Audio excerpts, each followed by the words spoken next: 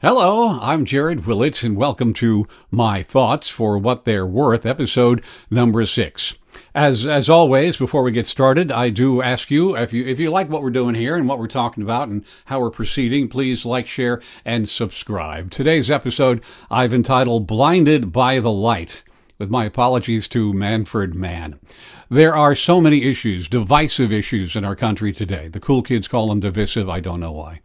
I'll stick with devices. So many of these issues, and I think so many people involved in these issues on one side or the other are really blinded by the light of their ideology, where they can see really not a whole lot else but what they already believe.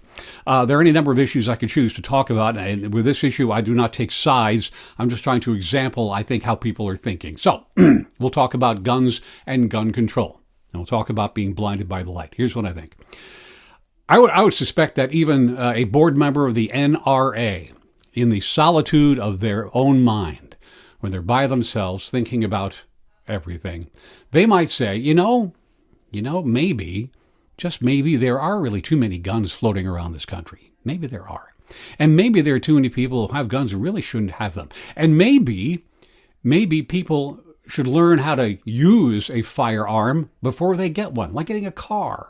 You need to learn how to drive it, showcase a relative proficiency in driving before you get to drive it around. They might think these things to themselves. Would they say that out loud? No, because that's giving into the other side. They'd never say it out loud, and they certainly wouldn't say it out loud to anyone from the other side. They wouldn't say it, but they should.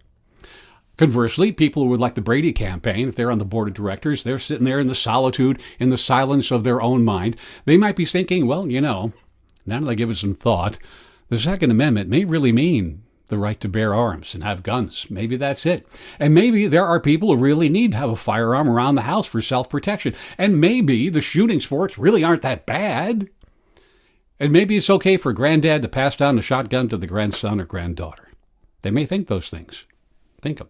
Will they say them? Of course not, because it is giving in to the other side. But both sides on this issue and any other issue need to say these things.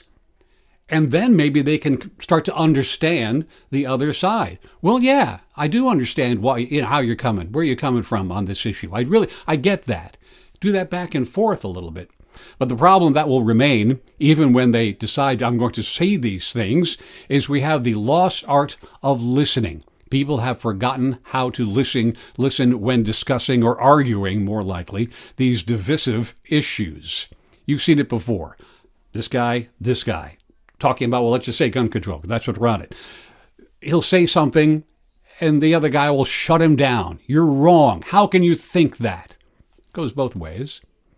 But if they learn how to listen, and listen respectfully, you might learn something about how the other person has arrived at his thoughts and ideas on this particular issue. And again, you might understand. And if someone were to listen to you respectfully without interrupting and not telling you that you're wrong, and how can you think these things? How possibly can you think these things? And then that's the beginning of this thing we like to call compromise, where you start to understand a bit more and realize that not everyone's all wrong about everything except for you.